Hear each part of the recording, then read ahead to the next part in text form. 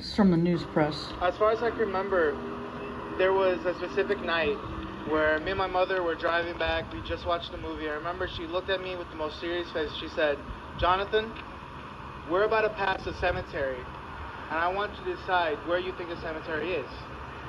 And we passed it, and we saw another cemetery. I said, "Mom, it's this one right here." And she said, "No. The one we passed was a cemetery of how many people? Around 6 to 7 people are buried with no sort of head marker, no sort of historical marker, no headstones, nothing. Just 4 pieces of stone and wood planted in the ground."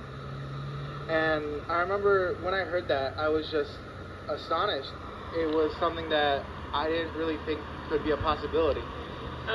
Well, here's what we know sort of in a real thumbnail sketch, Okay. and that is that Rosemary Cemetery, as it was originally plotted, went all the way from 41 to the railroad tracks, which is now the Plank Road, south of Pine Ridge Road.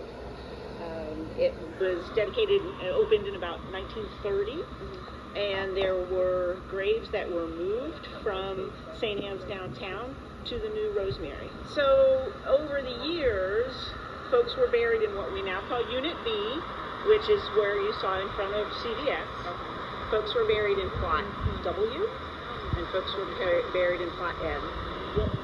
Ever since I was little, my family and me were always interested in this specific gravesite.